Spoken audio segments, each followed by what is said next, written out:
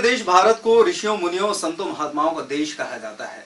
प्राचीन काल से ही ऋषि परंपरा संत परंपरा हमारे यहाँ चली आ रही है और उनके जो उपदेश हैं उनको लेकर पूरा समाज आगे चलता है। उनके बताए हुए मार्गों का अनुसरण करके एक नई दिशा देने की बात कही जाती है। लेकिन आज जिसे हम कलयुग कहते हैं, उस बदलते युग में संतों का स्वरूप किस दिशा में जा रहा है और आखिरकार वो क्या कारण सामने पैदा हो रहे हैं कि ऐसी स्थितियां बन रही हैं जो कि आज पूरा देश देख रहा है। इन तमाम मुद्दों पर हम आज के डिबेट में चर्चा करेंगे। आज के सिटी हॉल में एक खास पैनल हमारे बीच में मौजूद है। मैं आप सभी से पहले उनका परिचय करा दूं। हमारे बीच में है महंत जानराय टोरिया श्री भगवान दास जी उपस्थित हैं, जो संतों की तरफ से धार्मिक दृष्टि से अपनी बात सामने रखेंगे। वहीं दूसरी ओर सामाजिक चिंतक और पूर्व प्राचार्य शासकीय higher secondary school OP Sharma ji हमारे बीच में उपस्थित हैं। आशाराम के अनुयायी और उनके शिष्य कहें विकास चतुर्वेदी जी अपनी बात रखेंगे, उनकी ओर से युवा चिंतक सबीर गोस्वामी और साथ ही साथ युवा कांग्रेस नेता अभिलेख खरे हमारे साथ हैं। सबसे पहले मैं बात जानना चाहूंगा महंत जानराय टोरिया से कि हमारा देश ऋषियों मुनियों की परंपराओं का देश रहा है, लेकिन क्या वजह है, क्या विकृतियां आती चली जा रही हैं कि आज हम बहुत सारे ऐसे केसेस देख रहे हैं, बहुत सारे ऐसे मामले सामने आ रहे हैं। हाल ही का मामला आसाराम बापू का है कि इस तरह के आरोप लगाए जा रहे हैं, इस तरह की चीजें सामने आ रही हैं। आरोप लगाना, मैं अपनी तरफ से बता दे रहा हूं कि आरोप लगाना एक अलग बात है, लेकिन आखिर ये स्थिति उत्पन्न होती ही क्यों है या क्यों आखिरकार ये प्रकरण सामने आ रहे हैं? देखिए, समाज कहीं ना कहीं इधर उधर संत लोग भटक जाते हैं या संत वेशधारी कहा जाए, कुछ कमियां समझ में आती हैं। हम जैसे आसाराम बापू हैं, वो एक बहुत बड़े विद्वान और समाज के ऐना के रूप में मार्गदर्शन थे। मैं उनको संत नहीं कहता हूँ, संत भेष से नहीं होता है, लेकिन एक बहुत उच्च कोटि के प्रवक्ता कथावाचक विद्वान थे। और अभी उनके ऊपर जो ये आरोप लगाया गया है, थोड़ा बहुत मिल गया होगा, अभी नहीं कहा जा सकता है, आगे स्पष्ट होगा, सामने होगा।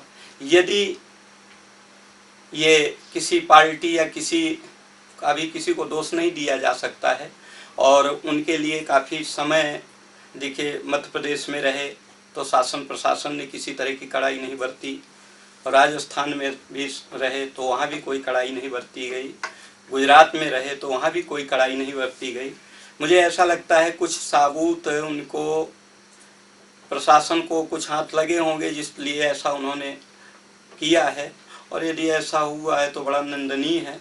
और यदि उनको झूठा फंसाया जा रहा है तो हम संत समाज की ओर से घोर विरोध करेंगे आने वाले समय में। जी, तो लेकिन जैसा आपका कहना है कि मैं उनको संत मानता ही नहीं हूँ, तो फिर संत समाज क्यों विरोध करेगा इस चीज का? इसलिए तो सामान्य आदमी है, इसलिए कि संत का स्वरूप है उनके पास, दाढ़ी बाल वस्त्र। बाकी संत जो होते हैं गुरु परंपरा से होते हैं। उनके जब वो संत बन जाते हैं तो जैसे यानी हमारा नाम था मान लीजिए भगवान दीन, लेकिन हम जब गुरु शरण में हो गए तो हमारा नाम हो गया दास। हमारे यहाँ 13 अखाड़े होते हैं पूरे भारतवर्ष में। अखाड़े आज से नहीं, अखाड़े अनादि से चले आ रहे हैं, जिसमें 4 संप्रदाय होते हैं। चारों संप्रदाय के 4 जगत गुरु होते हैं और 13 अखाड़े होते हैं। 13 अखाड़ों में से 3 अखाड़े ऐसे हैं कि वैष्णव, रामानंद, श्यामानंद संप्रदाय, यानी कि ये जो आते हैं आसाराम, ये इन किसी नहीं, कोई अखाड़े द्वारे से नहीं है, विद्वान है, कथावाचक हैं जी, मतलब इनका ये अलग कैटेगरी है। ओपी शर्मा जी से जानना चाहूंगा कि जैसा कि अभी महंत भगवान दास का कहना है कि वो एक संत है, कथावाचक, संत नहीं है, कथावाचक हैं, विद्वान है, कथावाचक, लेकिन केवल इस बात से कि चूंकि परिवार है, इसलिए उनका सम्मान किया और इतना कड़ाई नहीं की गई। वही चीज सामने निकल कर आती है कि जब आप इस वेश को धारण करते हैं, कहीं ना कहीं सामने वाले, जैसे कि हम आम जनता की बात करें तो वो तो इस चीज को, इसमें अंतर नहीं समझता, जैसा कि आपने कहा है। तो क्या ये चीजें सामने आना चाहिए? सबसे बढ़कर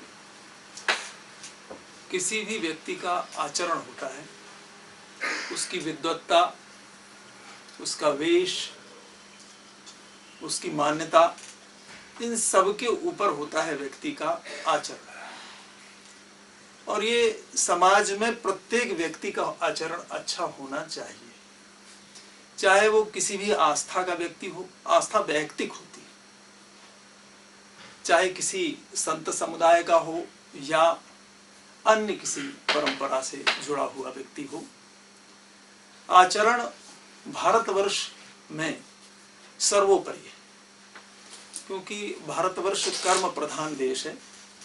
ये भोग भूमि नहीं, कर्म भूमि।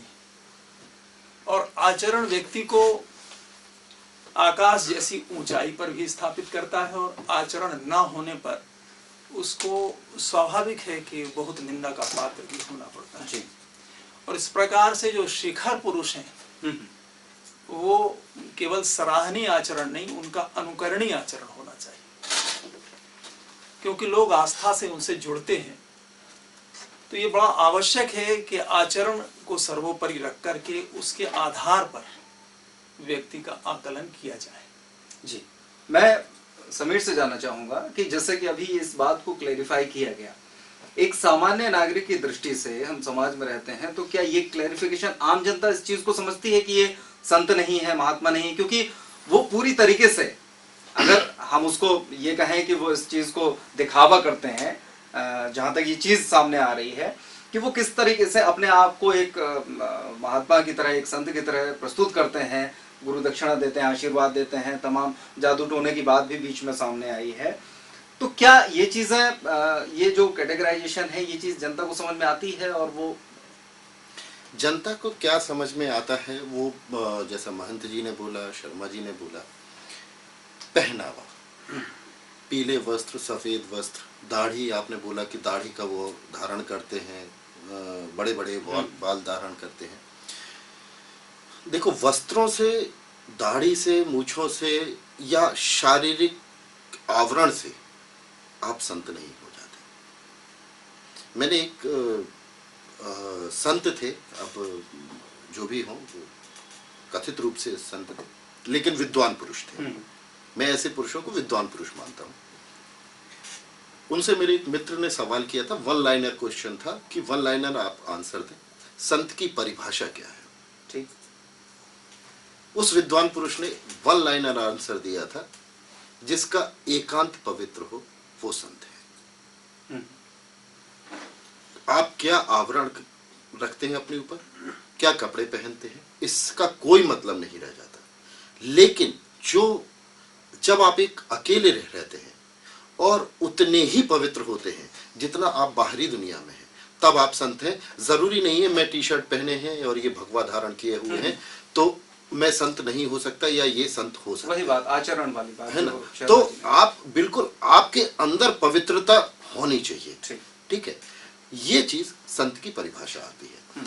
लेकिन विगत कुछ वर्षों में पहले संत होते थे, उन्हें बाहरी दुनिया से कोई इतना मतलब, ताम झाम और ये सारी चीजों से कोई मतलब नहीं होता था। आज इतनी विकृति आ गई है कि ये एक व्यवसाय बन गया है। हर आदमी इसको व्यवसाय की दृष्टि से देखता है।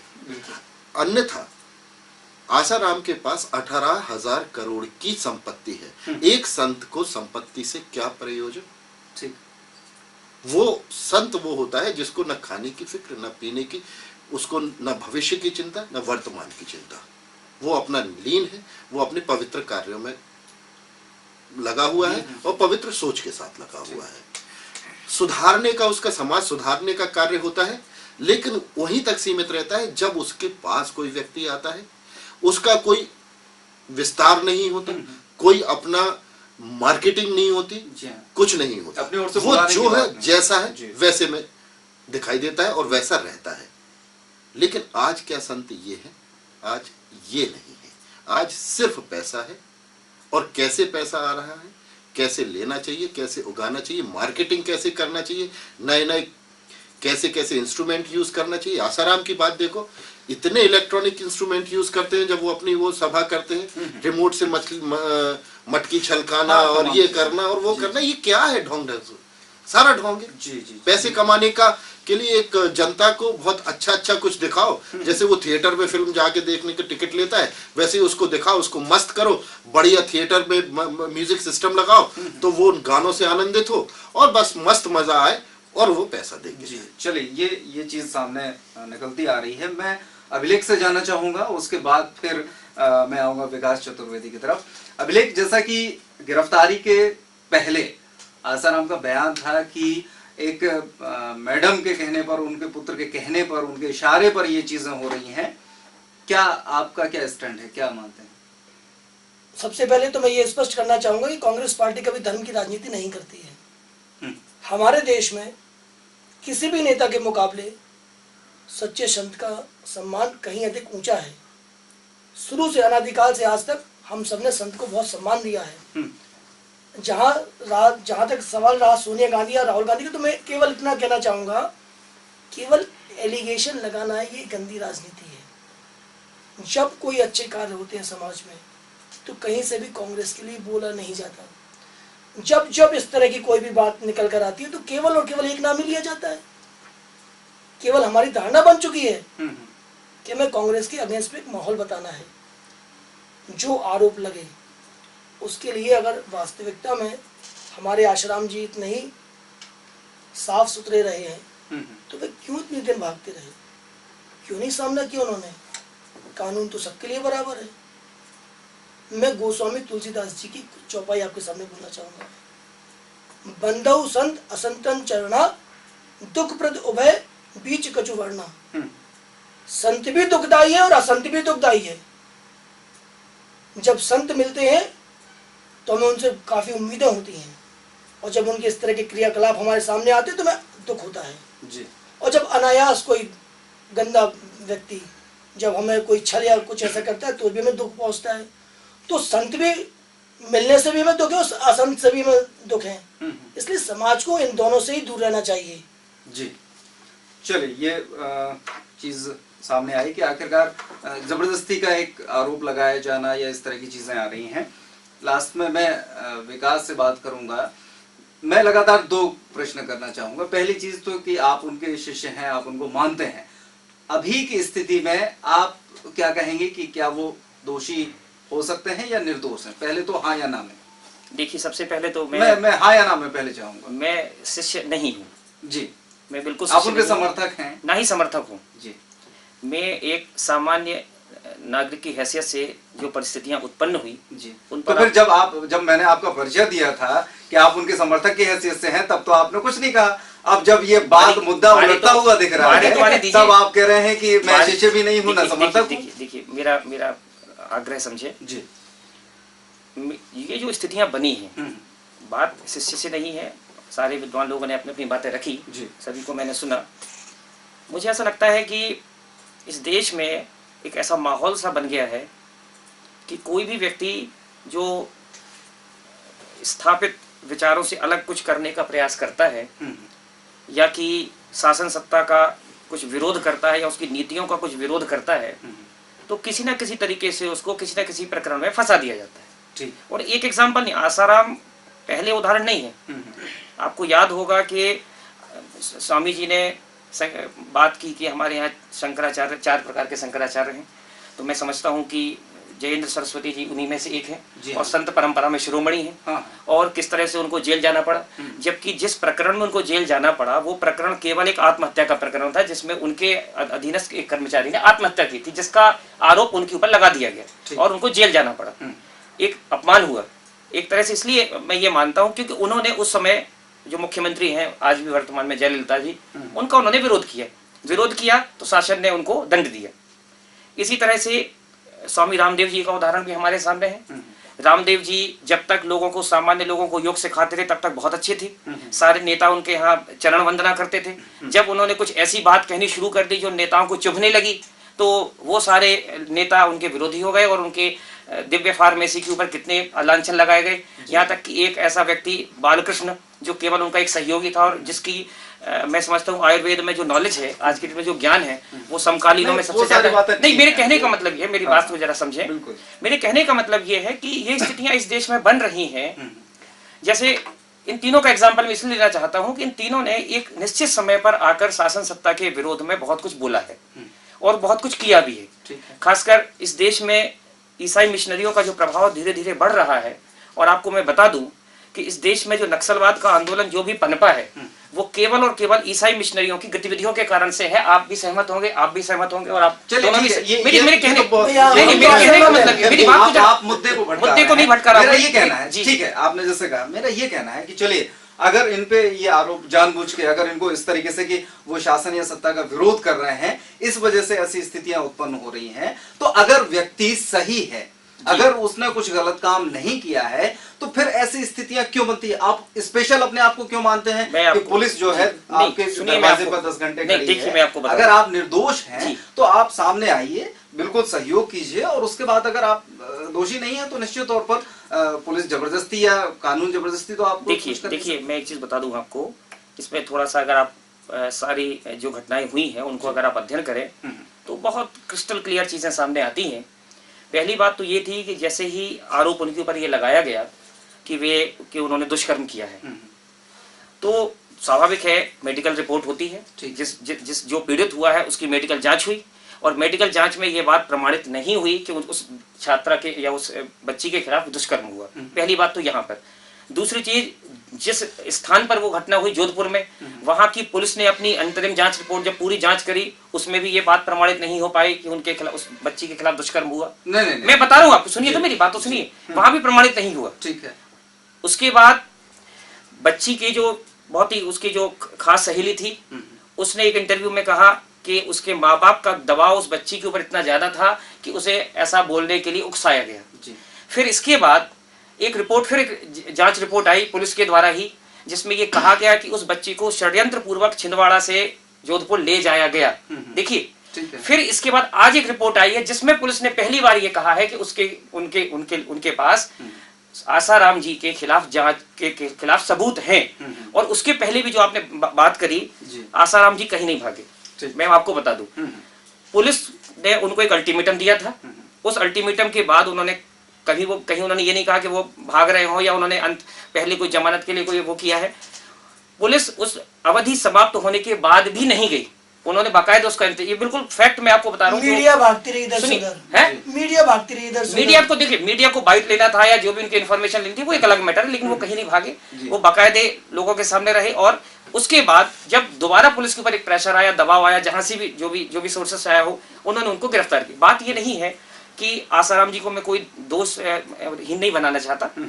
देखिए, इस देश में कानून का शासन है, हम सभी जानते हैं, और कानून बहुत ऊंचा है। आसाराम जी उससे बहुत नीचे हैं। तो कानून को अपना काम करने देना चाहिए, और इस तरह से मीडिया ट्रायल के द्वारा किसी व्यक्ति को दोषी बना देना, मैं इसको सही नहीं मानता। जी, बिल्कुल है ना, स्वाभाविक बात है, एक उनको संवैधानिक उनका अधिकार है। मैं विकास को थोड़ा सा, मैं 2-3 बातें कहना भी चाहूंगा और पूछना भी चाहूंगा।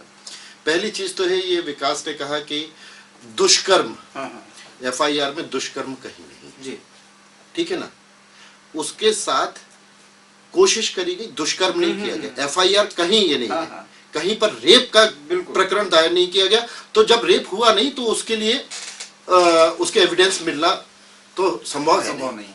ना ही लड़की ने बोला, ना ही उसके परिवार वालों ने बोला। पहली चीज, ठीक है ना, उन्होंने दुष्कर्म का नहीं बोला, उन्होंने ये कहा कि अश्लील हरकतें की गई, जो हरकतें श्लील नहीं है वो हरकतें की गई है। ठीक है, तो पहली चीज दुष्कर्म का, रेप का कोई एविडेंस मिलने का सवाल नहीं है। रही बात ये कि उसकी दोस्त ने ये कहा, उसके माँ बाप बोल रहे हैं, वो खुद लड़की बोल रही है, वो खुद एविडेंस, वो पर्याप्त नहीं है।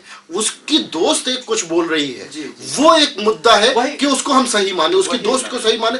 हम जो चिल्ला कर कह रहे हैं कि हमारे साथ अन्याय हुआ है, वो नहीं, हमारा दोस्त बोल देता है कि हम इनके साथ अन्याय नहीं हुआ, ये चीज ये नहीं है। आप विकास ये बात बताए, आपने कह रहे हैं कि उन्होंने सरकार का विरोध किया। संत को ये अधिकार किसने दिया कि वो सरकार चलाए? आज की स्थिति सबसे बड़ी यही है कि संत सरकार चलाना चाहते हैं, संत सत्ता भोग करना चाहते हैं। देखिए समीर जी, मैं आपको थोड़ा सा यहाँ पर सुधार करना चाहता हूँ।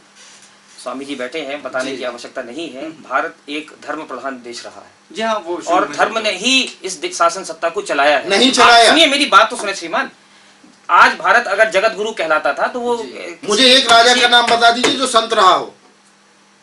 देखिए, ये एक अलग बात है कि हमारी प्राचीन जो धार्मिक मान्यताएं थी वो हम उनको एक बहुत ऊपर रखते थे, ठीक है, श्रद्धेय थे वो। और एक श्रद्धा उनकी के बात मानते थे, उनसे विचार लेते थे, उनको समझने की देखिए, हम एक श्रद्धा के तौर पर कहते थे कि चलिए भाई हमारा भारत विश्व गुरु है, तो लेकिन विश्व गुरु है किस चीजों को लेकर, ठीक है, अध्यात्म को लेकर था, हमारी जो प्राचीन ऐसी परंपराएं हैं उनको लेकर था, लेकिन ये नहीं कि धर्म ने हमें कभी नहीं चलाया। आप ध्यान कीजिए, धर्म ने अगर किसी को चलाया है तो वो यूरोप है। यूरोपियन कंट्रीज को पूरी तरीके से होल्ड रखा जाता था, चर्च के माध्यम से यूरोपीय कंट्री चलती थी। हमारा भारत कभी ऐसा नहीं चला कि हम उसको धर्म की तरह। मैं फिर से महंत जी के पास आना चाहूंगा, हम लगातार चर्चा कर रहे हैं। महंत जी, ये जो बीच में बातें आई हैं कि एक आवरण बना लिया था, एक चमक दमक वाली चीजें पैदा करी जा रही हैं, चाहे मैं बात सिर्फ इनकी बात नहीं कर रहा हूं, आप ठीक है इनको संत मानने से इंकार कर देते हैं, लेकिन किनको संत मानने से इंकार करेंगे? सत्य साईं बाबा पुट्टपर्ती जो नाम आता है, एक हजारों उनके श्रद्धालु, हजारों उनके शिष्य हैं। एक वो हैं जो तत्काल यहाँ से भस्म पैदा करते हैं और लोगों को दिखाते हैं, ठीक होने का दावा करते हैं। बाबा रामदेव की बात यहाँ पर हो चुकी है। निर्मल बाबा एक जो है, उनका अभी प्रकरण सामने आया था। एक स्वामी नित्यानंद हैं साउथ के बहुत बड़े, जो हाल ही में फिर जिनका बहिष्कार संतों ने यहाँ पर इलाहाबाद के कुंभ में भी किया था, और बहुत सारे चंद्रा स्वामी तो शासन भोगने के अभी एक 7वीं जेल में बंद है, जो बम विस्फोट का जो है वो दंश झेल रही हैं। तो आखिरकार, और फिर ये जब संत महात्मा आते हैं, हाल ही में हमारे छतरपुर में 2 बड़े आयोजन हुए, संत महात्मा आए कि वीरों के शहीदों की याद में ये तमाम चीजें हुई, लेकिन क्या हुआ, किस तरह हुआ, ये सारे लोग जानते हैं। लोगों को बुला के लोगों को अट्रैक्ट किया जाता है, ये फोन नंबर है, इन पे आप कांटेक्ट करें। आखिर ये क्या है, ये स्थिति क्यों बन रही है? और अगर फिर ये जितने मैंने नाम लिए, क्या ये भी संत नहीं है? पहली चीज ये, और फिर अगर हैं, इनमें से कुछ हैं, तो ये स्थिति क्यों बन रही है? संत है ही नहीं, पवित्र ही नहीं है, ये मैं महंत जी से जानना चाहूंगा। देखिए, संत में गुरु शिष्य परंपरा होती है, और ये जितने भी आपने बताया ये सब स्वयं के संस्थाएं अपनी बनाई हैं जी। ये किसी अखाड़े द्वारे से आप सिद्ध करिए इनको, तब मैं मानने को तैयार हूँ।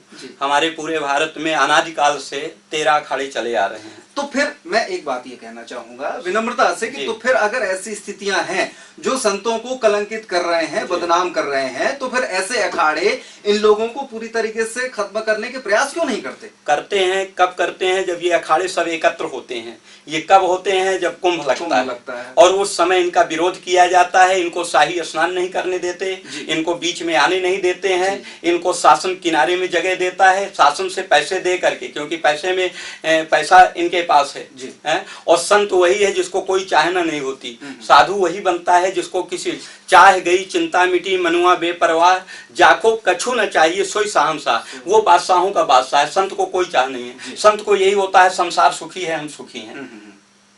धर्म का जी बिल्कुल वो देते हैं, बढ़ावा देते हैं, बाकी ये नहीं। अब ये जो संस्थाएं सब बनती चली जा रही हैं, अपने अपने प्रभाव से, पैसे वाले हैं, पैसे वाले से कुंभों में जाते हैं, उनको जगह शासन नहीं देती है तो पैसे दे करके शासन से जगह ले लेते हैं। अखाड़े कभी पैसा नहीं देते हैं, अखाड़े टेंट स्वयं नहीं लगवाते हैं, सब ये प्रशासन को सुविधा देना पड़ता है, नल बिजली। और जब अखाड़ा शाही स्नान के लिए जाता है तो प्रशासन पूरी जिम्मेदारी से उनको शाही स्नान कराता है। 13 अखाड़ों के अलावा कोई ये शामिल नहीं किए जाते हैं। इनका विरोध भी किया जाता है, ऐसी बात नहीं है संतों ने, क्योंकि ये सब मनमुखी हैं। इन लोगों से पूछा जाए, सभी चंद्रा स्वामियों चाहे जो हो, कि आपके गुरु कौन थे, आपके बाबा गुरु कौन थे, तो कुछ नहीं है। जी मैं ओपी शर्मा जी से जानना चाहूंगा, जैसा कि महंत जी ने बताया कि वहाँ जब कुंभ में सब लोग एकत्रित होते हैं उस समय इनको दरकिनार किया जाता है। जब ये पूरी संत परंपरा को दूषित कर रहे हैं तो क्या सिर्फ इतने से काम चल जाएगा? ये बात मंथन के माध्यम से निकल के आई है। 4-5 विद्वान यहाँ विराजमान हैं। जी। चाहे शासन हो या किसी संप्रदाय का संत हो, इन सब का ध्येय है जन सामान्य का कल्याण करना। ठीक है। यदि वो जन सामान्य का कल्याण नहीं हुआ, उसके बजाय उसकी छवि धूमिल हुई, देश को भी किसी प्रकार का ऐसा बिला वजह का संकट उपस्थित हुआ, समाज को भी दिग्भ्रमित हुआ समाज, तो शायद ये पीड़ाजनक है। जी।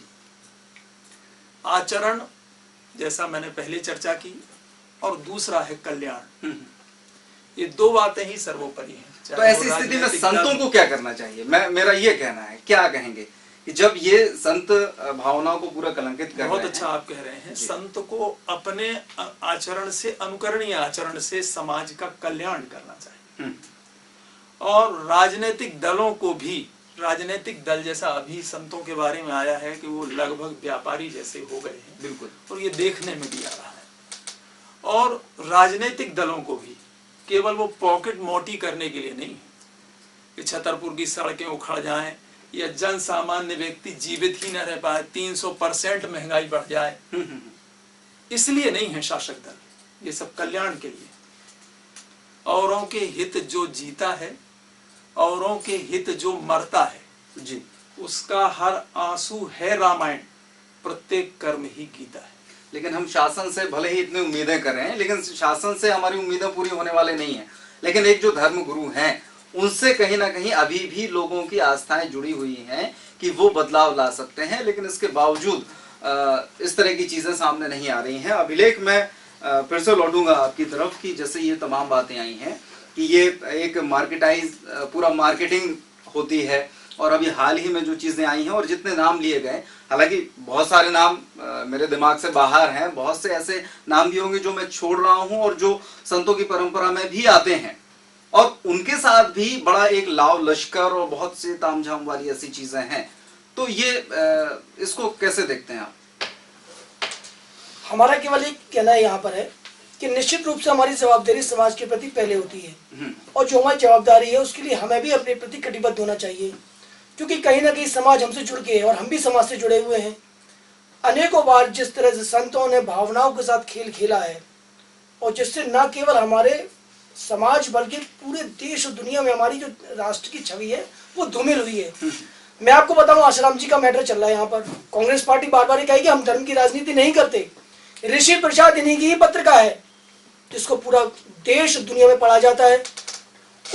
उससे जो पाठ निकल के आते हैं उनका हम अनुसरण भी करते हैं। क्या ये उनकी जवाबदारी नहीं है कि जो वो कथनी है वो जो करनी में एक समानता रहे? लेकिन आचरण बोलने के लिए तो दूसरों के पास अलग अलग है, और जब स्वयं की बारी आती है तो वो इस तरह का छलाव छलावा करते हैं। आसाराम जी की रिस्पॉन्सिबिलिटी सबसे पहले हमारे देश, हमारे समाज और हमारे कानून के सामने पहले है। अगर जिस दिन उन पर एलिगेशन लगा था, क्यों वो पूरी तरीके से भागते रहे? क्यों बार बार पुलिस को दरवाजे भटकने पड़े इधर से उधर? क्या ये उनकी जवाबदारी नहीं थी? खुलकर आके सामने। जी बिल्कुल बिल्कुल, आपका कहना ठीक है। मैं विकास एक बार फिर से यही चीजें जो सामने आ रही हैं कि पहली चीज तो जैसे कि ये सिर्फ पहला मामला नहीं है आसाराम बापू के ऊपर। इसके पहले मतलब अगर हम उनके इतिहास पर जाएं तो एक चाय बेचने वाले के बाद फिर उन्होंने शराब का धंधा भी शुरू किया, और उसके बाद फिर जाके अचानक गायब हुए और फिर प्रकट हुए, और तब से ये परंपरा चली ही। बीच बीच में ये तमाम चीजें आ जाती हैं। उनके ऊपर उनके आश्रम से 2 मर्डर हुए जोधपुर में, उसका एक मामला है। उसके बाद फिर उनका ही एक अनुयायी था जो आश्रम में रहता था, उसको धमकी देने का मामला है। इसके बाद फिर एक तांत्रिक ने ये जानकारी दी थी कि एक बड़े मशहूर समाचार पत्र के संपादक को तंत्र प्रक्रिया से मारने के लिए सुपारी दी गई थी, और एक आवेश में आकर एक पत्रकार को तमाचा मारा गया। ऐसे मतलब सिर्फ एक मामला नहीं है, ऐसे दसियों मामले हैं जो बीच बीच में लगते रहे हैं। जो सामने वाले को शांत रहने की सलाह दे रहा है, सुधरने की सलाह दे रहा है, वो इस तरह की हरकत क्यों करता है? देखिए शिवेंद्र जी, पहली तो मैं आपको ये बता दूं कि ये आसाराम जी को डिफेंड करने वाली बात मैं नहीं कर रहा हूँ। मेरा केवल आग्रह था प्रारंभ में, वो ये था कि जब हम किसी व्यक्ति के खिलाफ कोई चार्जेस लगाते हैं तो पहले हमें उसकी पूरी पड़ताल कर लेनी चाहिए। आसाराम जी निश्चित तौर पर व्यापारी हो सकते हैं या धर्मगुरु भी हो सकते हैं, और बहुत बड़ा साम्राज्य भी उन्होंने बनाया, इसमें से भी मुझे इनकार नहीं है। और निश्चित तौर पर जैसा कि स्वामी जी ने कहा कि संत परंपरा में शायद वो नहीं आते, स्वाभाविक सी बात है। लेकिन जिस तरह से हमारे यहाँ एक परंपरा चल गई है कि सनसनीखेज पत्रकारिता हो गई है कि कोई भी इशू उठा तो कैसे उसको पब्लिक किया जाए, कैसे उस पर ज़्यादा से ज़्यादा माइलेज लिया जाए, तो ये जो स्थितियां हैं इससे होता क्या है, सत्य कहीं पीछे छिप जाता है और एक व्यक्ति की भ्रामक इमेज सामने आ जाती है। इस तरह से प्रस्तुत किया जा रहा है कि जैसे मेरे पास एक कंटिन्यूअसली फ्लो ऑफ एसएमएस आ रहे हैं मेरे मोबाइल पर, जिसमें उनको ये तक बताया जा रहा है कि उन्होंने 1000 से ज्यादा कत्ल कर दिए साहब। मैं आपको पढ़ा सकता हूँ, 1000 से ज्यादा कत्ल कर दिए, उन्होंने कितनी महिलाओं के साथ उनकी इज्जत से खिलवाड़ कर दिया, कितना सारा धन उन्होंने, मतलब यहाँ तक कि एक एसएमएस में ये लिखा था कि उन्होंने बहुत सारा धन जो है वो फेरा और फेमा का उल्लंघन करके विदेशों में भेज दिया। मतलब अब टोटली उनकी स्थिति उनको बता दिया, एक एसएमएस में उनको धार्मिक आतंकवादी बोल दिया गया। जी जी जी। ये स्थितियां जिस तरह से बन रही हैं, मैं उनसे आगाह करना चाहता हूँ कि ये स्थितियां भयावह हैं। आज तो एक संत की बात है, कल के दिन ये स्थितियां अभिव्यक्ति की स्वतंत्रता के खिलाफ भी जा सकती है। हम और आप आज जो स्वतंत्र माहौल में एक विषय पर मत व्यक्त करने के लिए बैठे हुए हैं, ये स्थितियां बनेंगी कि अगर हम शासन सत्ता के विरुद्ध में कुछ भी बोलेंगे, बाहर निकलते ही हमारे खिलाफ चार्जेस फ्रेम हो जाएंगे। और सारे एसएमएस इन्हीं के पास आ रहे हैं। सुनिए मेरी, पूरे राष्ट्र में किसी के पास ऐसे एसएमएस नहीं आ रहे, किसी फेसबुक पे, सुनिए, केवल आपके ही पास ऐसे एसएमएस मेरे पास और केवल एक परिवार को आप लोग चिन्हित करके जो बार बार सुनिए परिवार की बात, कहीं ना कहीं आप लोग धार्मिक माहौल की जगह राजनीति कर रहे हैं। देखिए अभिलेख जी, ये धार्मिक माहौल की बात नहीं है। मैं बिल्कुल आपको यथार्थ बता दूं। कौन से ऐसे, सुनिए मेरी बात, सुनिए मेरी बात। कांग्रेस, सुनिए, अगर ऐसे एसएमएस आए आप चाहिए, मेरी बात सुने जरा, मेरी बात सुने। कांग्रेस, आप जो बार बार ये बात कह रहे हैं कि कांग्रेस धर्म की राजनीति नहीं करती, बिल्कुल नहीं करती। मैं प्रमाण के साथ कह सकता हूं कि धर्म की राजनीति इसमें कांग्रेस ने की है। आप प्रमाण लाइए। अब्दुल्ला बुखारी को शाही इमाम का खिताब किसने दे दिया? कौन से शाही इमाम? जब कोई शाही नहीं है तो इमाम किस बात का? जामा मस्जिद के इमाम को ये दर्जा दे दिया गया। हम इस बहस को भटकाना नहीं चाहते। भटकाने, मेरा सवाल आपसे ये विषय से हट के बात करने के लिए तुरंत तैयार रहते हैं। ऐसे पदों पर बैठे हुए लोग जो एक पत्रिका के माध्यम से, अपने प्रवचनों के माध्यम से लोगों को ये सिखा रहे हैं कि आपको एक शालीन व्यवहार रखना चाहिए, किस तरीके से समाज में रहना चाहिए, बोलना चाहिए, तमाम चीजें, लेकिन जब उनके ऊपर ये चीजें आती तो अचानक क्यों अकबक आ जाती? देखिए स्वाभाविक है, बहुत स्वाभाविक है कि जो व्यक्ति दूसरों को शिक्षा अच्छे आचरण की देता है, उसे उसका स्वयं का आचरण, जैसे कि आदरणीय शर्मा सर ने कहा कि उनका आचरण अनुकरणीय होना चाहिए जी। मैं आपको एक अपने व्यक्तिगत उदाहरण से ये बात बता सकता हूँ कि मुझे जीवन में एक ऐसे महान व्यक्ति से मिलने का मौका मिला। आप सभी लोग उनके नाम को जानते होंगे और इतने बड़े अखिल विश्व गायत्री परिवार के वो संस्थापक रहे हैं, आचार्य श्री राम शर्मा जी। अब इस दुनिया में नहीं है, सूक्ष्म रूप में उपस्थित हैं। मैं उनसे मिला और ये बात मैं बता रहा हूँ आज से करीब 30 साल पुरानी, 82 के आसपास, हरिद्वार में, जहाँ वो शांति कुंज में रहते थे। उस जमाने में भी मुझे लगता है कि उन्होंने बहुत सारा साहित्य लिख लिया था और आज कहते हैं कि इतना साहित्य जो उन्होंने लिखा है कोई व्यक्ति दूसरा नहीं लिख पाया, क्योंकि उनके लिखे हुए 108 वांग्मय प्रकाशित हो चुके हैं और एक एक वांग्मय में करीब 200 से 250 लेख है। इतना उन्होंने लिखा है और हर विषय पर लिखा है। मैं जब उनसे मिला तो मैंने उनसे मिलने के पहले एक छवि ये बनाई थी कि शायद वो बड़े भव्य व्यक्ति दिखते होंगे और उनका बड़ा तामझाम होगा, बड़ा आभा मंडल, जैसा कि उनके बारे में मैंने सुना था। या अखंड ज्योति पढ़ने से जो व्यक्तित्व का आकलन मैंने किया था, जब मैं मिला तो मैं आश्चर्य करके रह गया कि सामान्य सी कुर्सी पर वो बैठे हुए थे और अंग्रेजी अखबार पढ़ रहे थे। तो और उनकी बातों से ये कदापि नहीं लगा और उनके आचरण से भी ये नहीं लगा कि वो बहुत पहुंचे हुए, बहुत सामान्य बात वो कर रहे थे जो एक असामान्य व्यक्ति करता है। जैसे उन्होंने मेरे पिता को बताया कि अब नहीं, तो ये कहने का मतलब ये है कि आचरण जो है वो आचरण महत्वपूर्ण होना चाहिए। हाँ, मेरा वो और जहां तक आसाराम जी की बात है, 2-3 फुटेज मैंने उनके देखे कि जैसे पत्रकार को उन्होंने जबरदस्त उसको वो किया।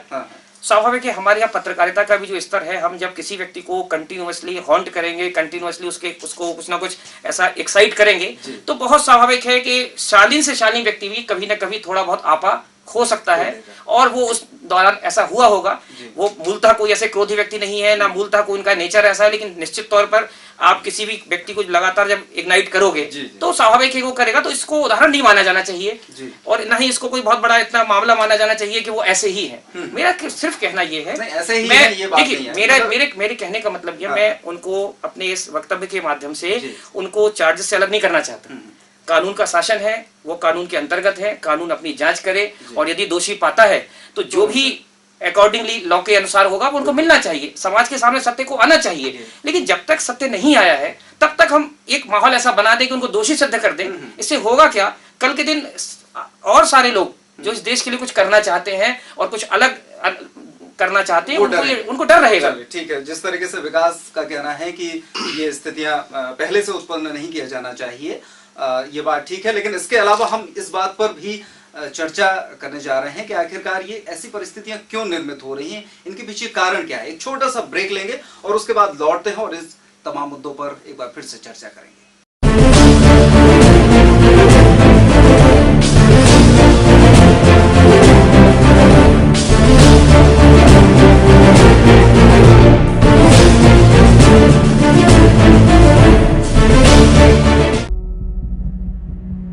मध्य प्रदेश का छतरपुर जिला बुंदेलखंड का एक महत्वपूर्ण जिला है। सागर संभाग के 5 जिलों में से एक छतरपुर अन्य जिलों के मुकाबले तेजी से तरक्की करने वाला जिला है। जिले की आबादी लगभग 16 लाख हो चुकी है। 1000 से ज्यादा गांव और 50 से ज्यादा कस्बों शहरों में बटा यह जिला बुंदेलखंड के उन गिने चुने जिलों में से एक है जहां की स्वास्थ्य सेवाओं में निरंतर तरक्की हो रही है। बढ़ती जनसंख्या और आसपास के जिलों की निर्भरता को देखते हुए यहाँ स्वास्थ्य सेवा के क्षेत्र में अनंत संभावनाएं हैं। बावजूद इसके 1 वर्ष पहले तक यह जिला एक महत्वपूर्ण सुविधा से वंचित था।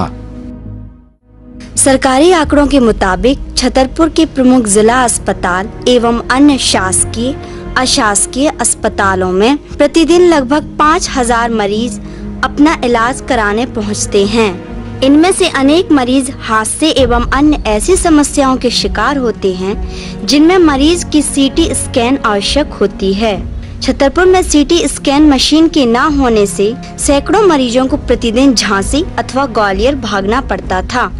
इस भाग दौड़ में जहां मरीज की जान खतरे में होती है, वहीं मरीज के परिवारजनों को अनावश्यक खर्च उठाना पड़ता है। एक अनुमान के मुताबिक यदि किसी मरीज को सीटी स्कैन के लिए छतरपुर से झांसी ले जाना पड़ता है तो इसमें मरीज के 4 से 5 परिजन व्यस्त हो जाते हैं। लगभग 2000 रुपए का वाहन खर्च होता है। साथ ही लगभग 3 से 5000 रुपए का शुल्क सीटी स्कैन के लिए चुकाना पड़ता है। मरीजों को इसी समस्या से मुक्त कराने के लिए छतरपुर के अपने सीनियर व साथी डॉक्टरों के मार्गदर्शन पर डॉक्टर यशपाल सिंह बुंदेला एवं डॉक्टर सुदर्शन रावत ने पेप्टेक ग्रुप के सहयोग से वर्ष 2013 में बुंदेलखंड डायग्नोस्टिक सेंटर की नींव डाली। छतरपुर शहर के हृदय स्थल छत्रसाल चौक पर जिला चिकित्सालय एवं अन्य बड़े निजी नर्सिंग होम से मात्र 200 मीटर की दूरी पर स्थित इस सेंटर में मौजूद आधुनिक whole body CT scan machine जिले के मरीजों के लिए वरदान साबित हो रही है। एक्सीडेंट सहित आकस्मिक मामलों में मरीजों की सीटी स्कैन सिर्फ मिनटों में संभव हो जाती है। यहाँ आने वाले मरीजों को न्यूनतम शुल्क पर आधुनिक सुविधा का लाभ मिल जाता है। यह मशीन मरीज की स्कैनिंग का संपूर्ण डाटा कंसोल में एकत्रित करती है, जहां से OFC इंटरनेट कनेक्शन के जरिए यह data radiologist doctor Sudarshan Rawat तक भेजा जाता है। मरीज की स्कैनिंग एवं परिस्थितियों के मुताबिक डॉक्टर सुदर्शन रावत इस रिपोर्ट को 30 मिनट से 2 घंटे के बीच तैयार कर देते हैं। इस तरह यह रिपोर्ट कुछ ही मिनटों में मरीज के परिजनों को मिल जाती है। पूरी तरह से हाईटेक एवं ऑनलाइन सुविधा होने के कारण कई इमरजेंसी मामलों में मरीज के डॉक्टर एवं परिजनों से कंसल्ट भी करते हैं। इस पूरी प्रक्रिया ने छतरपुर की स्वास्थ्य सेवाओं की दिशा में क्रांति ला दी है। अब मरीजों को अपनी जान पर खेलकर ना तो झांसी ग्वालियर भागना पड़ता है और ना ही उन्हें अनावश्यक खर्च झेलना पड़ता है। साथ ही उन्हें देश के विख्यात डॉक्टरों की सेवाएं भी छतरपुर में ही उपलब्ध होने लगी हैं।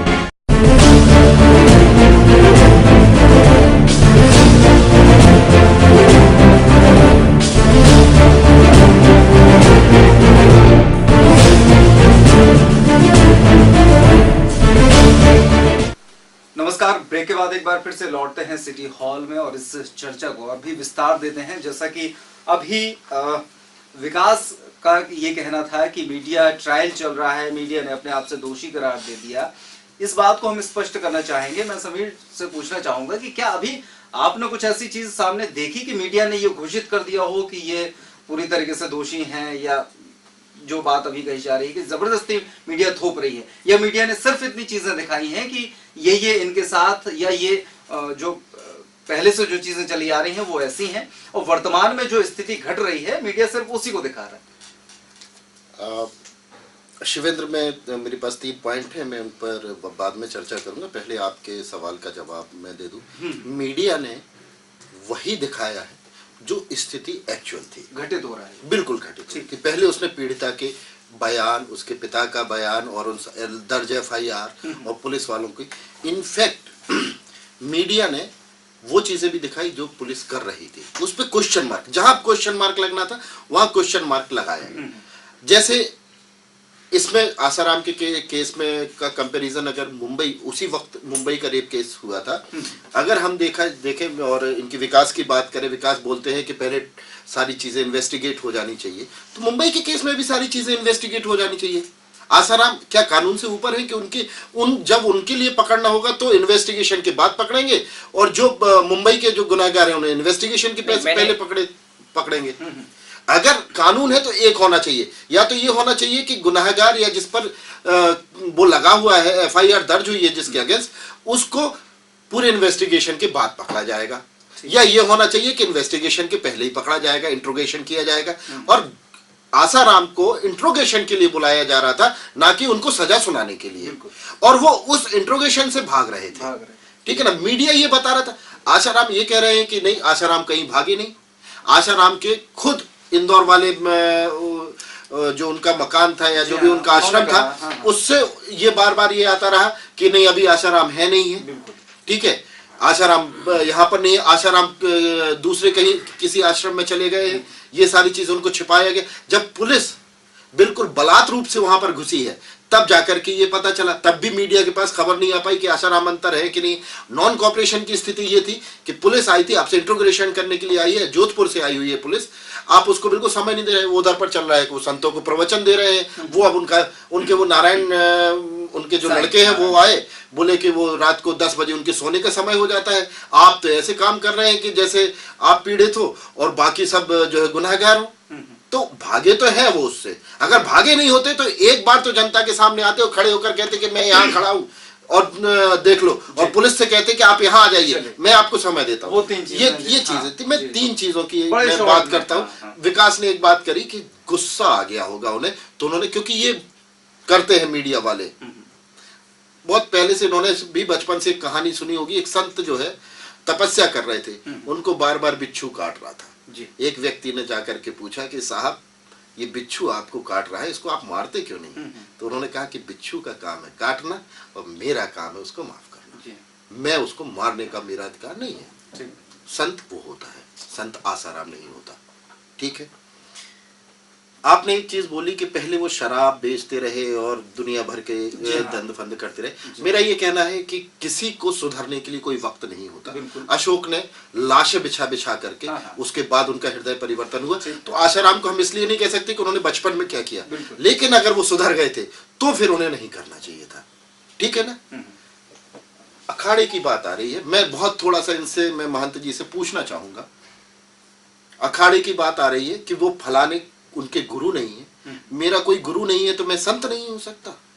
सारी की सारी संत की बापोती आपने अखाड़े ने बना के रखी हुई है कि जो संत होगा वो अखाड़े से होगा, अदरवाइज संत नहीं हो सकता, मैं पवित्र नहीं हो सकता। प्रश्न का उत्तर तो वही दे सकते हैं। और अखाड़े के लोग कुंभ में, ये कुंभ में पुलिस प्रशासन कोई उनके सामने जाने से डरता है। एक संत बता दे, कोई आदमी कहते कि संत की परिभाषा ये होती है कि उसके आदमी सामने कोई भी आदमी जाने से डरे। अखाड़े में जो नागा बाबा निकलते हैं या जो भी निकलते हैं, अखाड़े का एक एक आदमी, उनका विराट रूप आपने देखा है। उनके वो जब दौड़ लगाते हैं तो ये नहीं देखते कि बच्चा सामने है कि बूढ़ा सामने, कुचलते हुए सब इस तरीके का तमाशा करते, तो ये संत है नहीं है। और इनकी बपौती नहीं है। मैं संत होना चाह रहा हूं, मैंने अपना पवित्र कर लिया, मैं अपना एकांतवास में जाऊंगा, मैं मानूंगा मेरे ये सहयोगी मुझे मान रहे संत है तो मैं संत हूं, मुझे किसी की चिट्ठी पत्री ये प्रमाण पत्र लेने की जरूरत नहीं है। ये कोई बोर्ड ऑफ एजुकेशन नहीं खुला हुआ है कि आपको वो पूरा का पूरा वो देगा एक प्रमाण पत्र। इस बारे में तो पूरी बात बता सकते हैं भगवान दास जी कि आखिरकार क्या कि सिर्फ जब अखाड़े ही सर्टिफिकेट देंगे, उनका यही आशय है कि जब अखाड़े ही सर्टिफिकेट देंगे तभी आप संत माने जाएंगे। देखिए, बाप नहीं होता तो बेटा कहाँ से होता, गुरु नहीं होता तो शिष्य कहाँ से होता। ये गुरु शिष्य परंपराएं चलती हैं, और जब गुरु मुख होता है तभी उसको सतमार्ग पर चलने का रास्ता मिलता है। हम अपने गुरुओं से सीखे हैं। गृहस्थ आश्रम में है तो अपने बाप और यानी माँ का अनुकरण करते हैं। इसी तरह जब संत बनता है और उसका पंच संस्कार होता है, उसको दीक्षा दिया जाता है, तो उसको गुरु लोग सतमार्ग बताते हैं, उसको कर्म बताते हैं कि आपका ये कर्म है, हमें जनता के प्रति क्या करना है, हमें समाज के प्रति, हमें देश के प्रति, ये गुरुओं से मिलता है। तो इसलिए हम कहते हैं कि अखाड़े द्वारे ये अनादि से चले आ रहे हैं, और इस देश के साथ सदैव अखाड़े द्वारे संत समाज जुड़ा रहा है। जब जब देश के ऊपर संकट आया है तब तब संतों को चिंता हुई है, आज ही नहीं शुरू में हुई है। कितने कारगिल में लड़ने चले गए जी, एक संत नहीं गया कारगिल में लड़ने, देश पे। देखिए, सिवाय लोगों में गुंडागर्दी करने की कुछ नहीं, ऐसा कहीं कुछ नहीं है, बिल्कुल गलत आपका आरोप है। संत नहीं होते एक पूरा युवा, भारत का पूरा युवा खून देने के लिए और सेना में जाने के लिए तैयार था, एक संत नहीं था जो लीड करने के लिए तैयार हो। वो सिर्फ कुंभ में लीड करने के लिए तैयार थे। कुंभ अपनी जगह है, ये अपनी जगह है, संत हर तो एक जगह। संतों से ज्यादा चिंता किसी को नहीं हुई जब देश के ऊपर संकट आता है। कभी आप शास्त्र उठा के देखिए, आप रामायण उठा के देखिए, यानी रावण का अत्याचार हुआ तो उस समय भी गाध तने मन चिंता व्यापी, हर बिन मरहि न निश्चर पापी। ये किसको चिंता हुई है? ये संतों को चिंता हुई है। लेकिन एक चीज और भी है, मैं थोड़ा सा इस बात से भी सहमत हूँ कि जैसे अभी उत्तराखंड में इतनी बड़ी तबाही आई, लेकिन कहीं से इस तरीके से कोई बयान या इस तरीके से बहुत तेज, जबकि संतों के पास, इन महात्माओं के पास और जो बड़े बड़े ट्रस्ट हैं, बड़े बड़े अखाड़े हैं, इनके पास करोड़ों अरबों की संपत्ति है। अगर वो चाहते तो एक बार में पूरा उत्तराखंड सही हो जाता है। लेकिन देखिए, संतों ने किया है और कर रहे हैं, और मैंने भी मध्य प्रदेश से अपने खाते से जो करने वाली चीजें ये दिखती क्यों नहीं? हम लोगों ने दिया है, और उसमें जब देखा कि यहाँ व्यवस्था सब चल रही है तो हमने शिक्षा पर ध्यान दिया। हमारी संत समिति, मध्य प्रदेश संत समिति भी वहाँ कर रही है, और विद्यालय बना करके हमने वो पैसा सरकार को नहीं दिया है, संतों ने इकट्ठा किया। संत दिखावा नहीं करते हैं, संत वो करते हैं कि काम से जो नाम हो वो अच्छा होता है, और दिखावा करके नाम करे ये संत नहीं चाहते। लेकिन महंत जी, मैं ये कहना चाहूंगा कि अगर वो चीज सामने दिखेगी नहीं तो लोगों को प्रेरणा कैसे? वो दिखती है, समय आने पर दिखती है जी, समय आने पर दिखती है। समय कब आएगा, मैं शर्मा जी से जानना चाहूंगा कि आखिर कब वो समय आएगा? काम भी चालू है वहाँ, संतों ने हमारे इंतजार करना पड़ेगा कि ऐसा समय एक बार फिर से आए कि ये चीज, सारी चीजें दिखें कि हाँ बहुत अच्छा चल रहा है, किसके द्वारा किया जा रहा है। कब, आप कब तक उम्मीद करते हैं? यथार्थ में एक क्षण भी अगर उस समय से विलंब हो गया तो वो कार्य जो मदद का है वो व्यर्थ हो गया। आफ्टर डेथ द डॉक्टर, कोई मतलब नहीं। छतरपुर के अस्पताल में मरीज मर गया और डॉक्टर साहब रात की ड्यूटी में बेड पर आराम फरमा रहे हैं, तो उनका वहां होना निरर्थक हो गया। वो मात्र धरती के बोझ होते हैं वो लोग जो समय से कोई कार्य नहीं करते। ठीक। और ये जो अभी डिबेट आपने की, वास्तव में ये बड़ी चिंताजनक स्थिति है, पीड़ादायी है कि देश में इस प्रकार का वातावरण जो निर्मित हुआ जी, ये होना ही नहीं चाहिए। अगर मूल में किसी प्रकार का दोष नहीं हो तो वो पुष्पित पल्लवित नहीं हो सकता। जी बिल्कुल। किसी चीज का अगर पेड़ न लगाया जाए, बीज ही ना हो उसका, तो वो फिर किसी प्रकार से उसका फल नहीं हो सकता। यानी कहीं ना कहीं मूल रूप में एक कुछ ऐसी बात है, कुछ ऐसी चीज है। शासन और संत दोनों, संत जैसा अभी कहा गया है निकल करके आया है, वास्तव में ये आवश्यक नहीं है कि किसी परंपरा का ही कोई व्यक्ति संत हो। संत तो गृहस्थ भी हो सकता है कि उसके परिवार हो और वो संत हो, और हो सकता है कि जो संत है वो छुपा हुआ गृहस्थ हो, प्रच्छन्न गृहस्थ, उसकी सारी गृहस्थी हो, एक से अधिक पत्नियां भी हो, ये भी संभव है जी। यहाँ पर वही चीज आ रही है, संत केवल वेश से, केवल परंपरा से नहीं होता। संत होता है उसके कार्य से। और ये बहुत अच्छी बात है, कोई भी व्यक्ति कैसा भी रहा हो उसमें जो परिवर्तन होता है अंत में, वो जिस रूप में परिणित होता है वो रेखांकित करने योग्य होता है। उसका किस प्रकार का प्रारंभ में जीवन था, क्या उसने किया, इसका ज्यादा महत्व नहीं होता। उसने किस रूप में वो प्रतिफलित हुआ समाज के लिए, ये प्रमुख होता है जी। कैसा भी व्यक्ति हो, अगर उससे कोई कल्याण ही नहीं हो पाया, अपने जिस रूप में वो है उसका किसी प्रकार की कोई उसमें उपलब्धि उसकी रेखांकित करने लायक नहीं हुई, तो मात्र बोझ रूप में रहा। और ये स्थितियां जो निर्मित होती हैं, एक ही घटना पर्याप्त होती है देश को उद्वेलित करने। ये कहा गया है कि एक मछली ही सारे तालाब को गंदा कर देती, अस्वच्छ बना देती, एक। तो इसमें चाहे शासन का कोई प्रतिनिधि हो या कोई संत परंपरा का हो या नागरिक भी क्यों ना हो, इन सबका उत्तरदायित्व है समाज को अच्छा बनाना, देश में हर प्रकार से योगदान अपना देना। राष्ट्र में, कि हम नागरिक हैं यहाँ के, ये हमारा दायित्व है कि इसको आप अच्छा कितना मानते हैं संत परंपरा का देश के विकास में, देश को बनाने में कितना अभी तक कितना योगदान रहा है? मैं पुरानी बात नहीं, रामायण महाभारत काल की बात नहीं कहूंगा, मैं बात कर रहा हूं हमारे, आप ये मान लें कि 19वीं शताब्दी की बात करें या स्वतंत्रता के बाद, आजादी के बाद कितना योगदान रहा। मठ और मठाधीश तमाम है, लेकिन कितना फर्क पड़ा है, कितना योगदान उनका? अभी जो चर्चा आई है, संतों का योगदान तो हुआ है जी, वो शून्य नहीं है और सर्वथा निंदनीय भी नहीं। जैसे अभी सत्य साईं बाबा की चर्चा आई जी, तो जो प्रशांति निलयम उनका है और आरोग्य भवन, उसमें जाने कितने लोगों को जीवन लाभ मिला निःशुल्क। इसके अतिरिक्त रामदेव बाबा की भी चर्चा आई तो जाने कितने लोगों को स्वास्थ्य उनके माध्यम से मिला। ये बात नहीं है कि पतंजलि योग की विधा जी रामदेव जी ने शुरू की हो, ये तो बहुत पहले से, हाँ, वो तो प्राचीन पतंजलि से उन्होंने उसको एक लेकिन पॉपुलरिटी जो स्वरूप उनने उसको प्रदान किया है, उसका सारा श्रेय उनको जरूर जाता है और लाखों लोगों का स्वास्थ्य सुधारने का भी श्रेय उनको जाता है। तो संतों का योगदान तो है। अब संतों का योगदान एकदम इस पर नहीं कहा जा सकता कि वो कारगिल में नहीं पहुंच पाए, बिल्कुल अपने अपनी जगह पर रहकर सीधा उनका कार्य भी नहीं, बिल्कुल सीधा कार्य। तो समीर जी ये बताएं, फिर जब ये तमाम चीजें संतों का योगदान, जी, मैं आपके बुंदेलखंड का ही छोटा सा उदाहरण अभी तत्काल का दे रहा हूँ, बहुत पुराना नहीं। जी जी, रानी लक्ष्मीबाई के ऊपर जितनी घटना घटित हुई हैं ये सब जानते हैं।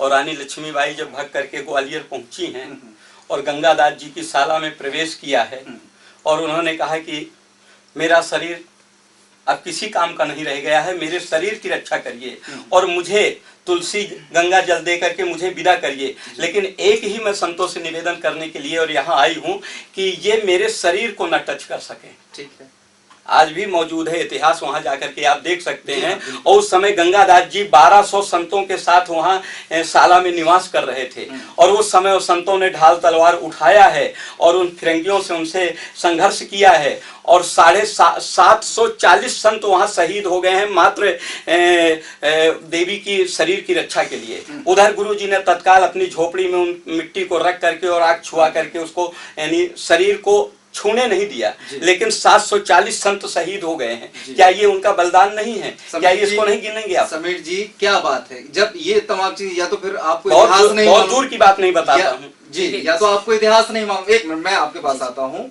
या फिर ये तो स्पष्ट बात है कि व्यापारी है वो व्यापार में सहयोग करके काम करेगा, छात्र है वो छात्र उस छात्र राजनीति में या अन्य तरीके से देश का योगदान करेगा, कोई एक बिजनेसमैन है वो उस तरीके से करेगा, उसी तरह संत हैं वो अपने तरीके से योगदान दे रहे हैं और ये तमाम बातें सामने आ रही हैं।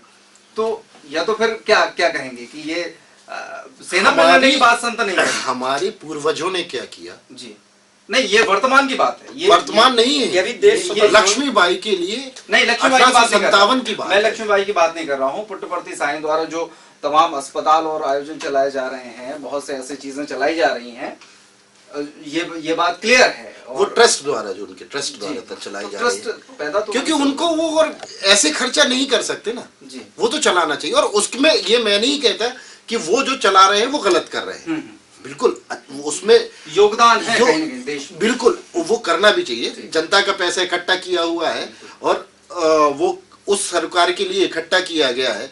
हम भी अगर एक जगह अगर 4 लोग मिलके पैसा इकट्ठा करते हैं कि हम फलाने गरीब की मदद करेंगे, तो उसका मतलब ये नहीं है कि मैं घर पर मिठाई लेके जाऊंगा उस पैसे की, और ना ही मुझे हक बनता है, और ना ही मैं ऐसा कर पाऊंगा, और एक बार कर लूंगा तो आगे नहीं कर पाऊंगा। तो वो मजबूरी भी है और कुछ तो प्रदर्शन करना ही पड़ेगा, और किसी भी दबाव में वो कर रहे हो वो अच्छा काम कर रहे हैं। कोई भी दबाव हो, नैतिक हो, अनैतिक हो, कानूनी रूप से हो, कोई भी दबाव हो, उसके कारण जो भी हो रहा है वो अच्छा हो रहा है। विकास, आप कुछ कहना चाह रहे हैं? देखिए, सबसे पहले तो मैं स्वामी जी से थोड़ा सा डिफर करूंगा इस मामले में। बिल्कुल। कि संत जो है, जो उन्होंने कहा कि अखाड़े से ही संत होना चाहिए, ये बिल्कुल गुरुद्वारे से होना चाहिए, ठीक है, हाँ, कहीं से होना चाहिए। हाँ। मैं बिल्कुल डिफर करता हूँ। ठीक है। मैं समझता हूँ कि अपने भारत देश में गौतम बुद्ध से महान कोई संत नहीं हुआ, लेकिन वो कोई गुरु के शिष्य नहीं थे, या महावीर स्वामी से बड़ा संत नहीं हुआ, वो भी कोई गुरु के शिष्य नहीं थे। बहुत सारे ऐसे उदाहरण हैं। या हम इस्लाम में देखें तो पैगंबर साहब भी एक बहुत बड़े संत हुए, पूरा विश्व उनकी शिक्षाओं को अनुकरण करता है, जो उनके अनुयायी हैं, और सारे लोग। तो अखाड़े बापौती नहीं है, इसलिए केवल ये कहना कि जो अखाड़ों को बिलोंग करते हैं वही संत है, बाकी नहीं है, ये बात गलत है। देखिए, जहाँ सुनिए मेरी स्वामी जी, हाँ। मैंने आपकी बात को सुना। दूसरी चीज, हमारे मित्र समीर जो है वो थोड़ा सा पूर्वाग्रही है। इस अर्थ में पूर्वाग्रही है कि वो उन्होंने कहा कि राजनीति और धर्म का विभाजन होना चाहिए, दोनों अलग अलग चीजें हैं। मेरा ऐसा मानना है कि बिना धर्म के राजनीति एक लाश के समान है, जिसको केवल जलाया और दफनाया जा सकता है। और ये बात मैं अपने शरीर से नहीं कह रहा हूँ, ये गांधी जी ने कहा। और अगर गांधी जी की बात को झुठला सकते हैं तो फिर मुझे इतना साहस नहीं। आपने उस मर्म को नहीं समझा। गांधी जी ने इस धर्म की बात नहीं धर्म, सुनिए, राजनीति का धर्म, सुनिए राजनीति का धर्म मैं बता रहा हूँ आपको, उसी पे आ रहा हूँ। धर्म का मतलब पूजा पाठ से नहीं है। हाँ। धर्म का मतलब धारयति इति धर्मः, जो हम धारण करें वही तो धर्म है। अब अग्नि का धर्म क्या है? ताप। अगर वो छोड़ देगी तो अग्नि का महत्व खत्म हो जाएगा। कहना है कि राजनीति का भी एक धर्म है। तो जो हमारे संत महात्मा धार्मिक कर्म कांडों के माध्यम से या दूसरे तरीकों से बात को कहते हैं, वो मूलतः वही परिलक्षित होती है कि हमें एक नैतिक आचरण के बारे में बताते हैं, हमें एक नैतिक आचरण के बारे में बताते हैं, हमें एक ऐसा मार्ग बताते हैं कि जिस पर चलकर हम एक बहुत अच्छे समाज का निर्माण कर सकते हैं। और निश्चित तौर पर हमारे धर्म ग्रंथों में बहुत सारी शिक्षाएं भरी पड़ी हैं, जिनको यदि अनुकरण किया जाए तो स्वाभाविक है कि हम स्वर्ग का निर्माण भी कर सकते हैं। इसके अलावा जो उन्होंने बात करी एक कि संतों का समाज निर्माण में क्या योगदान उन्होंने नहीं माना, मेरा ऐसा मानना है कि जो भी थोड़ी बहुत नैतिकता आज हम सामाजिक जीवन में अंगीकार करते हैं वो कहीं ना कहीं संतों के कारण है। क्योंकि हमारी मीडिया ने या हमारे नेताओं ने ऐसा कोई भी उदाहरण स्वतंत्र भारत में पेश नहीं किया आज की स्थिति तक, जिससे हम उनसे कोई आज की स्थिति में प्रेरणा ले सकें। मुझे लगता है कि गांधी के बाद ऐसा कोई भी मास लीडर इस देश ने पैदा नहीं किया जिसके एक आवाज के ऊपर पूरा देश उठ खड़ा हो। ये स्थितियां हैं। सुनिए पूरी बात तो सुन लीजिए, पूरी बात फिर आपकी बात आएगी। हम तो सुनिए, मैं इसलिए कह रहा हूँ, सकारात्मक बात बोलते सुनिए ना, सुनिए, मैं इसलिए कह रहा हूँ कि हर व्यक्ति का अपना एक योगदान होता है। जैसे एक शिक्षक है, उसका धर्म क्या है? वो बंदूक उठा के नहीं गोली चला सकता। उसका उद्देश्य है ऐसे नागरिकों को तैयार करना जो राष्ट्र के लिए कुछ करें। वो उसका धर्म हो गया, उसने राष्ट्र के प्रति अपने धर्म निभा लिया। एक संत का कर्तव्य क्या है? अच्छे नागरिकों को संस्कार देना, ऐसे संस्कार देना कि समाज में एक अच्छा वातावरण बने। अलग अलग लोगों के, एक उद्योगपति का उद्देश्य है कि वो देश को आर्थिक स्वावलंबी बनाए, और लोगों का वो अपने देश के लिए कर रहे हैं। तो कारगिल या सेना में जाना ये पैरामीटर नहीं है कि केवल एक पैरामीटर हो। और दूसरी चीज जो उन्होंने कही कि जनता का पैसा भाई उन्होंने इकट्ठा किया है तो स्वाभाविक है कि उनको खर्च करना है, प्रदर्शन करना पड़ेगा। तो भाई ठीक है, हम तो कहते हैं कम से कम जो भी हमारे संत लोग हैं या जो भी संगठन है, धार्मिक संगठन है, उन्होंने जनता का पैसा इकट्ठा किया, जनता के पैसे से व्यवसाय किया, कोई बात नहीं, सभी ने किया और खर्च भी किया। ये उन्होंने मान लिया कि खर्च किया है।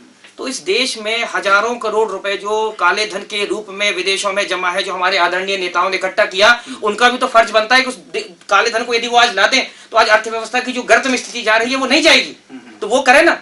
मैं कब कह रहा हूँ कि उनको मैंने किसी ने मना नहीं किया, संतों ने उनको मना नहीं किया, लेकिन वो उस उद्देश्य के प्रति बिल्कुल भी जागरूक नहीं। और यदि कोई करने की कोशिश करता है तो ये किन प्रकार उसको ऐसे उसमें कारणों में फंसा दिया जाता है कि उसकी छवि इतनी धूमिल कर दी जाती है कि यदि वो उस कुछ करना भी चाहे तो आगे कान पकड़ लेता है कि अब मुझे नहीं करना है। लेकिन राजनेताओं के साथ दिक्कत ये है ना कि उन्हें कोई आदर्श नहीं मानता, इसलिए उनके ऊपर उतना दबाव नहीं है। देखिए ऐसा नहीं है, ऐसा नहीं है। देखिए आदर्श नहीं मानता, आज की स्थिति है ना ये।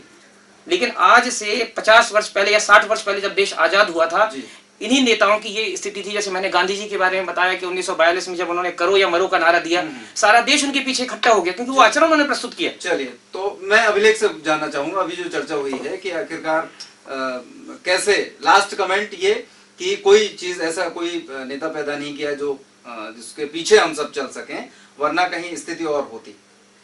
ये कहना गलत है। अगर बात राजनीति की हो रही है तो मैं इतना कहूंगा, आजादी के बाद हमारे देश में कांग्रेस पार्टी ने अच्छे नेता दिए। हम एक नाम लेंगे, स्वर्गीय राजीव गांधी। आज देखिए, सूचना क्रांति के माध्यम से हमारा पूरी दुनिया में लोहा बचता है, इस बात से इनकार नहीं किया जा सकता। लेकिन मैं विषय पे आना चाहूंगा।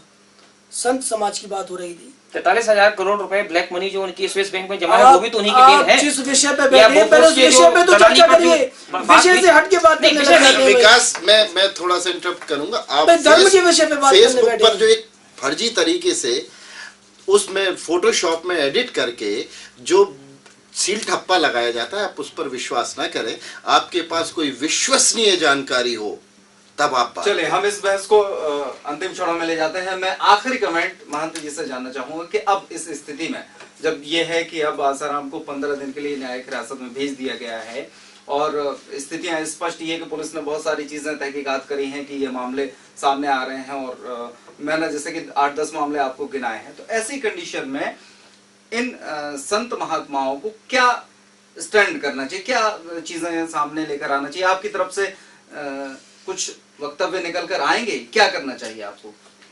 देखिए, अभी हम कुछ नहीं कर रहे और ना कोई सोच रहे हैं। आगे समय बताएगा। यदि उनके साबूत सिद्ध होते हैं सब, तो उनको कोई बचाने वाला नहीं है, जी। वो तो उनको भोगना पड़ेगा। और यदि झूठा आरोप किसी के द्वारा षड्यंत्र रचा गया है तो संत समाज उसकी घोर विरोध करने के लिए हम लोग मेरा ये कहना है कि जब, जैसा आपने कहा कि वो धर्म के काम कर रहा है, धर्म के काम जब कर रहा है तो उसके पीछे जो और काम होते रहते हैं, क्योंकि धर्म का नाम हो रहा है, इसलिए उन चीजों को आप लोग भी अनदेखा कर देते हैं। लेकिन जब ये इस तरह की स्थिति सामने आ जाती है, तब फिर ये लगता है कि साहब ये संत परंपरा का आदमी नहीं है। पहले तो उसको कहीं कहा नहीं गया उनको कि ये संत नहीं, बराबर जहाँ भी हुआ है। देखिए, बगैर बाप के बेटा नहीं होता, बगैर गुरु के शिष्य चेला नहीं होता है। इस देश में गुरु पूर्णिमा मनाई जाती है, पूरी दुनिया में गुरु पूर्णिमा का पर्व मनाया जाता है। गुरुओं को जो स्थान दिया गया है, साईं बाबा जानते हैं। अभी इन्होंने इतने धर्म की रक्षा भी करते हैं, धर्म का सम्मान भी करते हैं। देखिए, शुरू से संत गुरुओं को जो दर्जा दिया गया वो किसी से छुपा नहीं है। भगवान राम से पहले कौन हुआ है? भगवान राम के पहले भी, उनके समय से भी संत रहे हैं और संतों का मार्गदर्शन होता था। और सीता का हरण किसने किया? साधु के वेश में। साधु के वेश में सीता का हरण साधु ने नहीं किया। इसी तरह के आताताई पापाताई जो है संत को बदनाम करते हैं। संत कोई गलत काम नहीं करता। संत का काम तोड़ने का नहीं है। सुई सुहागा संत जन बिछुड़े देत मिलाए और आरा कुलरी दुष्ट जन मिलहु देत छुड़ाए।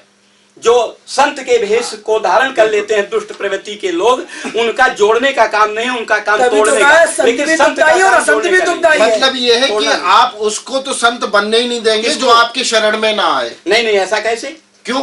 आप तो कह रहे हैं ना कि जब आपके अखाड़े से वो पास होगा, एग्जामिनेशन देगा, तभी जो है संत बन पाएगा।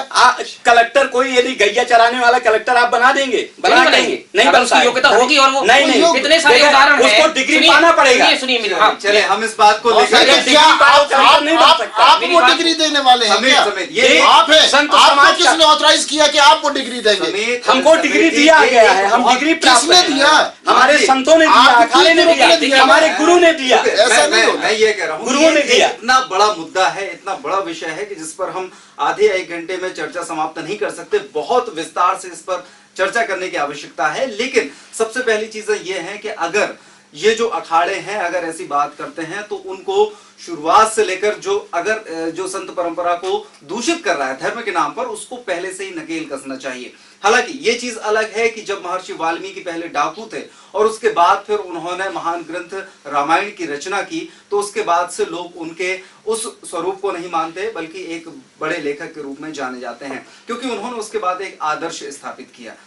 आसाराम पहले कुछ भी करते रहे हों, लेकिन उसके बाद में उन्होंने एक बढ़िया परंपरा को विकसित किया, गुरु शिष्य परंपरा को विकसित किया और तमाम लोगों को अपना शिष्य बनाया। लेकिन उसके बाद तमाम चीजें जब उनके साथ घटी और बहुत सारे आरोप सामने आए, तब ये बात निकलकर सामने आती है कि आखिरकार ये स्थितियां स्पष्ट क्यों हो रही हैं। इस बहस में इन तमाम लोगों से हमने ये जाना कि आखिरकार स्थितियां ऐसी क्यों हैं और ये क्यों सामने आ रही हैं और इनसे किस तरीके से बचा जा सकता है।